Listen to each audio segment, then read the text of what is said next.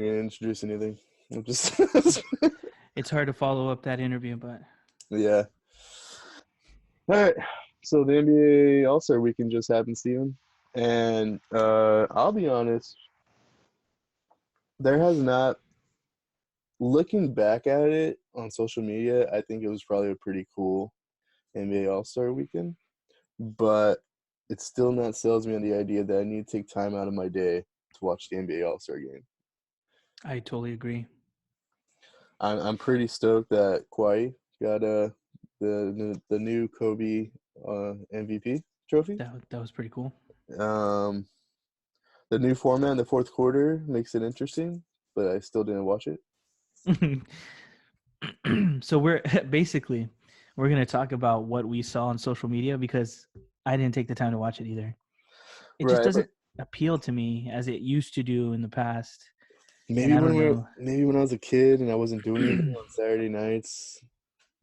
Well, like I would definitely take time to watch it, but like it's just gotten to a point where it's kind of lackluster. It's not Well, you were mentioning to entertaining. me, yeah, when we were off camera that you were like you don't like that some of the all-stars don't take part in the skills competition, the three-point contest and the dunk contest, and it's Right, usually these reserve players that are in these spots. right.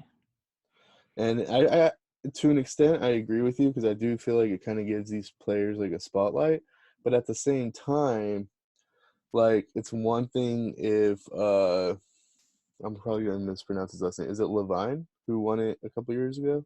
Oh yeah, Zach. Right. Who is he now? Like, I get that he was part of a big trade, and he's a very promising player, but he's not. He's never gonna probably make the All Star team. He's never gonna be part of a big three on a team. You know what I mean? So it's kind of like I can see your point there. I will tell you this though, that Aaron Gordon was robbed Oh, I agree. by that dunk contest. The other guy was really good too, but He was. Aaron Gordon was robbed. But Aaron Gordon, to me though, like going back against your point, I guess, is he is technically the best player on the Orlando Magic. Hmm. The Orlando Magic, Who else is on the Magic? I don't even know. Marco Fultz or Oh, Markel or yeah, Markel Fultz. He's he, good. He's good. he's. I'm glad he's doing well. Um, I believe that's it. Don't they have a center that's white? Oh, I don't know. I don't follow Magic See, basketball. I don't think the NBA does either. So, um, uh, Aaron Gordon walks into NBA All Star Weekend. They're like, "Hey, sorry, only NBA players, please." uh, I mean, like the 3-point contest was kind of boring. The skills competition. I mean, I always like that one because I don't know, it just has different like little I think it's probably obstacles. it's actually difficult, right? Whereas like the Yeah. dunk contest is more of a creative thing, 3-point contest is a skill thing, but the skills competition is like just a difficult thing to do, in my opinion. Because it's like everything. Right. Um. I used to love when Steve Nash used to do it. Oh, really? Yeah, that was like my favorite thing. Would watch him do compete in the skills competition. One of the things that I miss is that there used to be like 3-on-3 tournaments or something where they would have like a legend, a WNBA player, and an NBA player, and they would represent the city that What year was this? I was probably a teenager when I saw this. Oh, But they're like, so there'll be like an LA one or something. It'll be like a Sparks player, either a Clippers or Lakers player, and a yeah. legend. Or it would be in Chicago, and they'd have like whoever, I don't know what Chicago WNBA team there is, and so they would mix them up, and they would play together, and it was just like it was pretty cool. I thought it was actually more interesting than watching the rookie game, the rookie sophomore game, or now it's called the Rising Stars game. Isn't it like USA versus the world or something?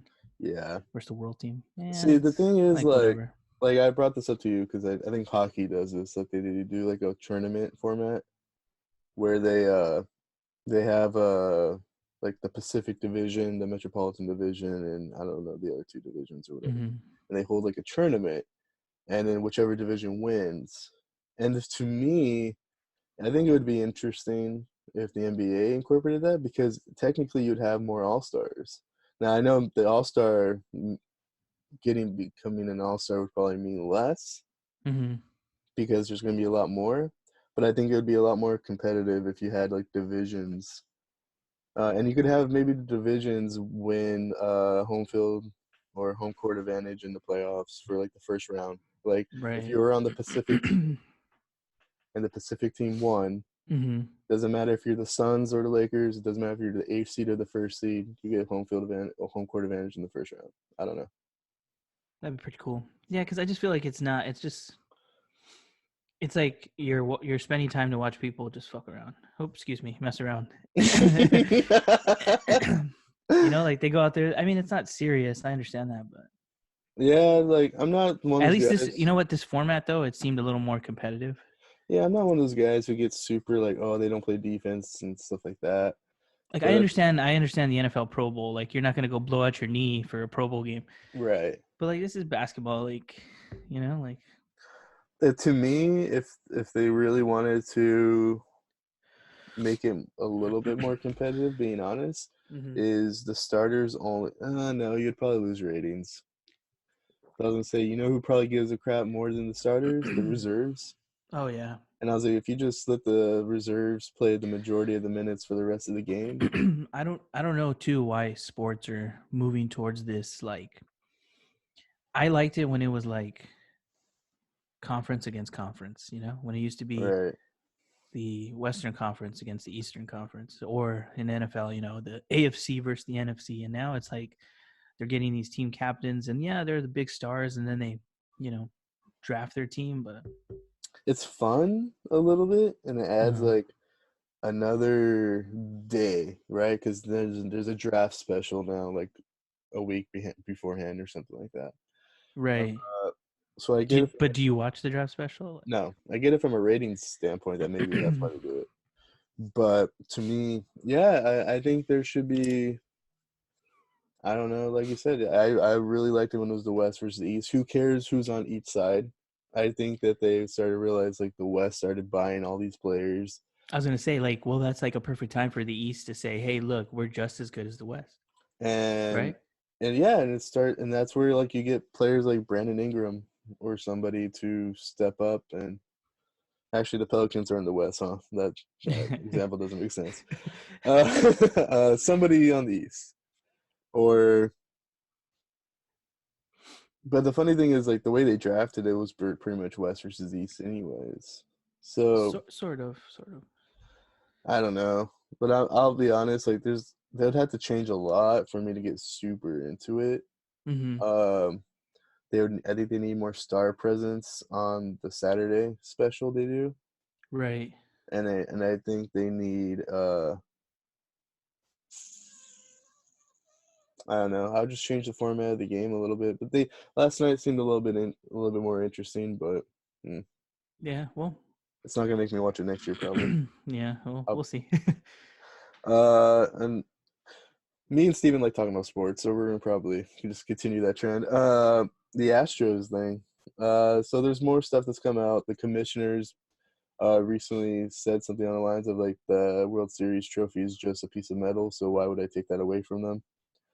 Uh, yeah, and the Dodger players have responded to some of the apologies that the Astro players have said and stuff like that. So what's your take? It's interesting because we don't have Lex in here, and I think he's the one Lex. who's probably the most heated about all this.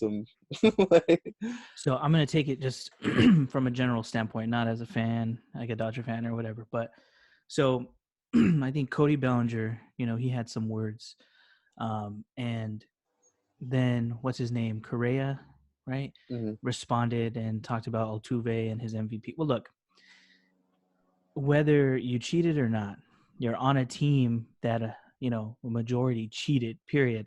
mhm, So like, if there's a group of you and you're cheating, and then you try to say that one guy, oh, he didn't cheat, he was good, he was clean. Like, is everybody gonna really like believe that? Like, you as a team, like you're taking the fall as a team. So like, if you were knowledgeable, like if you knew what was going on, even though you Mhm. didn't partake in it, but you knew what was going on, that's still cheating because you knew what was going on. Even though you said, no, I don't want to do that for me, like you're part of the group who, was involved and you knew what was going on. And yeah, you chose not to partake in it, but you knew about it, Right. you know? I go I look at it from two perspectives, and I hope I don't look like I'm a cheating sympathizer or whatever. But Brian's a Padres fan, so yeah, so I so he don't. he would take whatever it took to win. Right, and I think I brought this up to you the other day too. Like, I don't expect Houston fans to care. I don't unless the trophy was legitimately taken away from them, or they can't post their banners in the stadium. The Mm-hmm. thing is, Astro fans, even if you took the championship away, they're gonna still be like ghost champions. They're Mm-hmm. gonna, if you ask Houston fans, they're gonna say, "We won the World Series in, I think it was 2017. Mm-hmm. I don't know. Yeah, 17. They're gonna say that. Like USC fans, Reggie Bush randomly got an SUV or something, and now all the USC trophies are taken away and their banners are taken away. But USC fans will still say, in these 2 years, we were the national champions. The NCAA can say whatever they want, but I we were hated champions. Reggie Bush at USC. So it's one of those things where it's Carson, like I think it was Carson Palmer. Carson Um, Palmer and Matt Leinart were the quarterbacks during that era. it might have been Matt Leinart. Somebody pushed Reggie Bush in, and you couldn't do that. And it Matt was against Leinart, Notre Dame, and that's yeah. that's why I was really angry. So, but the thing is, like, we're not gonna sit here and be like, oh no, we weren't supposed to do that. It's like we'll take it because we kind of put the game in the refs' hands at that point. And I think, and from this perspective too, how I'm looking at the Astros thing, we're putting it in MLB's hands at this point, and whatever MLB decides, Mm-hmm. whether it's good or bad, or how well they handle it. Do you think players should be suspended? Yeah, I do think players should be suspended. I would say for at least half a season. I actually would give the Astros a postseason ban Mm-hmm. for at least 1 year. So the Astros are playing for nothing. Like, and I would suspend maybe even players on other teams, but I would give the other teams the ability to cut the player if they want to. Oh, I see. Like So Astro players that were part of that team that are now on other teams. right, so I believe like Tony Kemp might be on the A's or something like that. I'm not Mm-hmm. 100% sure about that. Mm-hmm. Uh, the A's could cut him or his salary. They don't have to pay his salary, or they don't. Like it wouldn't Or count against them. yeah, That'd be so pretty good. um, I would have something on that line. Like I would give him, like, yeah, like a you have a postseason ban. The thing is, the Astro players do need to play though. So I don't know. Do you bring up replacement players and from the minors, or do you just play the players that are there? So maybe you don't suspend all the players. You know what I mean? Yeah, it's tricky. It's a tricky They situation. have to play. They have to field a team. And like you said, Uh, it's up to the MLB front office to. because I'm not gonna sit here and think that. Why would I expect? I'm not saying the Astros should, but I'm saying why would I expect the Astros to take responsibility for it? Does that make True. sense? Like that, their front office should, but I don't expect anyone below, including the fan base, to really take responsibility for it. Well, like I don't understand. Like I don't know. Like if you don't have to talk about it, like if you don't sound sincere, don't Mm. Yeah, come out and look I like agree. The apologies were terrible. yeah, like just don't say anything. Just say, you know what, next question. Right. Just do the good old Marshawn Lynch. I'm just here so I don't get fined. Absolutely. You know. Like, cause it sucks. Cause I'm also from the Dodgers' point of view. Like, I'm one of those coaches that like I always try to find an advantage myself, Mm-hmm. but at the same time, I'm playing by the rules, and I expect everybody else to play by the rules. Well, you know what? We had our own little situation when we coached basketball where we had to kind of go through somebody kind of, did you follow the rules? Is it, Yeah. when the kid had an earache but he was dressed ready to play, like, Mhm. I don't know, like Yeah. And then like the substitution thing, we found out super later on that three years into it. that as long as some players play a certain amount of minutes or something, you're good. And then we were like, well, if we knew that, we would have probably won the championship the year before. Yeah, right. Yeah, like And so. they're like, well, it's in the book, you guys. And then it's our fault because we didn't read through the book or something. But, like, Yeah, with these technicalities. uh, this will probably be short, but Miles Garrett, Real quick, all in all, though, I still like you, Darvish. So I'm just throwing that out there. is he? What team does he play for? Is he done? I don't know where he plays for. I just I appreciated him while he was over here in LA. We could probably get him for an awkward side hooker interview. Hey, we should try. So Miles Garrett recently, like this, he also said this when it already happened, so this is not really news. But Right. But before we get into that, because we'll end it off with that, but can you let everybody at home know how our XFL season is going? it went 3 days, and that's being generous because we drafted what Friday night, almost by midnight, Yeah. and then we did the Saturday Sunday game, and then by Monday afternoon, I deleted the league. It was horrible. Like, and I think Brian had a great suggestion. Vince McMahon, why don't you create an app to do Right. fantasy XFL? Like, you would get so much exposure for your league, you know? Like, Yeah, because people are betting people. People like fantasy football. There's people who play fantasy football who don't like the NFL. there's an XFL app.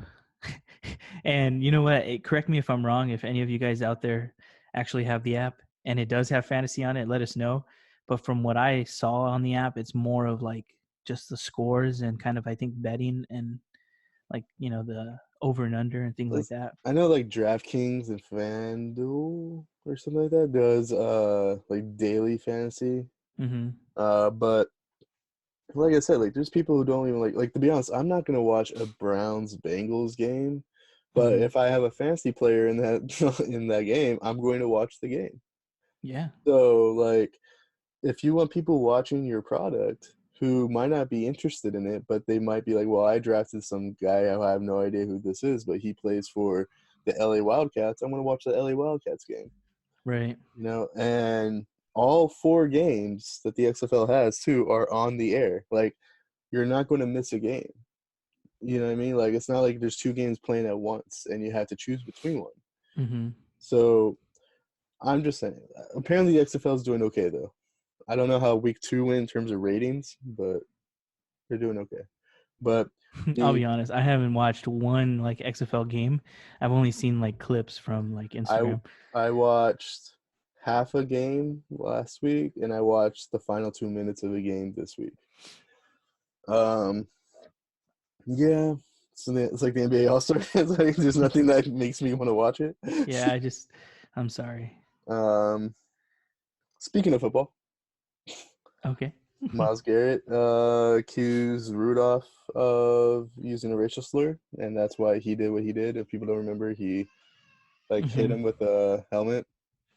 Miles Garrett hit Rudolph with a helmet. Uh, He hit him with his own helmet.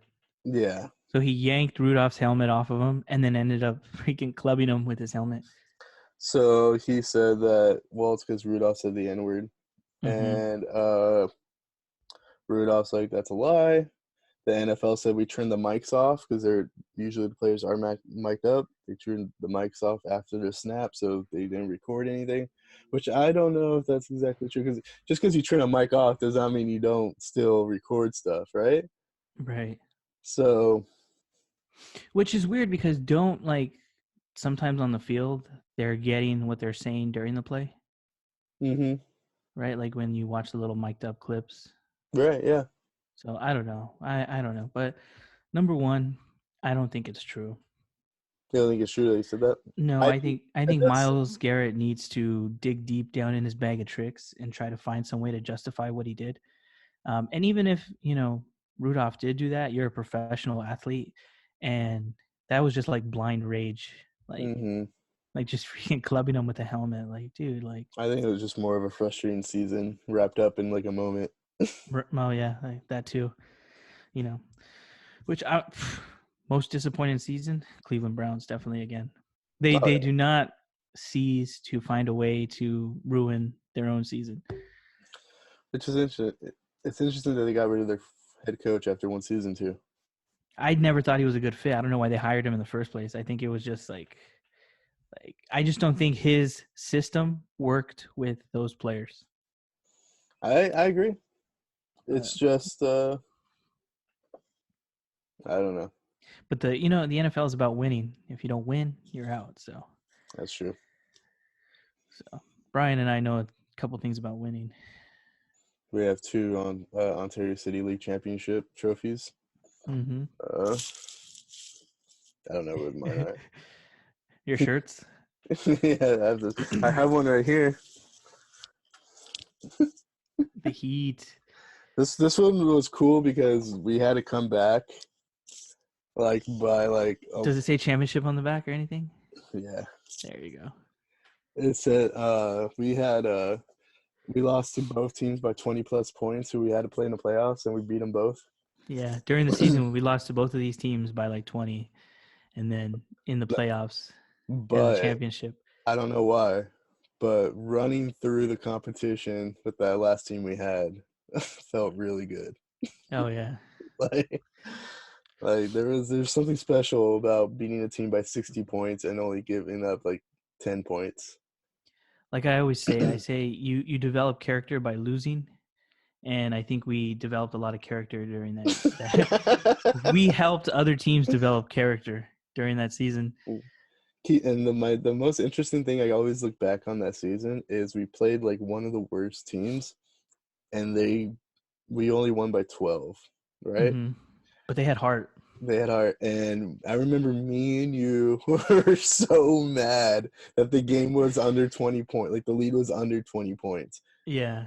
And so they had like they ran through in practice and then it didn't happen again. Never happened again. You know what though? There is one thing that I learned that season, and like before that, I was never a fan of. But you just have to appreciate when you have like talent and the best player. Like you just have to appreciate it. Like Hmm. I know you want him to, or you want them to spread the ball around and help the other players get good, but I mean, it felt so damn good to win by 60 points. Like just let it happen. Going back to the advantage thing is when we found out about the sub rule Oh, it and was over. once we were able to break it down like mathematically on how we're gonna do this to the point where we sat our best player for almost the entire quarter and then we said all right now you're gonna play the rest of the game and just win us the game and then And we that was just it. yep. That was it. We created a science and it was done after that, Man, and now we're not welcome back. basically. All right, well that was awkward. Very awkward.